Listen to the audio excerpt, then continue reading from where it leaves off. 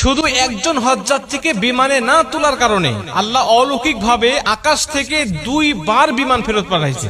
ঘটনাটা মাত্র 2 দিন আগের। আপনারা অনেকেই পত্র পত্রিকায় দেখেছেন। লিবিয়ার একজন মুসলিম যুবক, তিনি এই চলতি বছরে হজ করার জন্য সৌদির উদ্দেশ্যে রওনা হয়েছিলেন।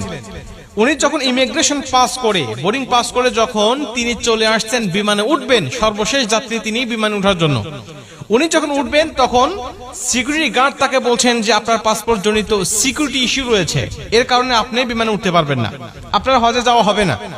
উনি বলছেন যে আমাকে যখন বাধা দিল আমার মধ্যে কোনো হতাশা কাজ করতেছিল না, কারণ আমার মধ্যে প্রবল ইচ্ছা আর আগ্রহ ছিল যে আল্লাহ অবশ্যই আমাকে মক্কায় নিয়ে যাবে, আমাকে হজ করার জন্য নিয়ে যাবে।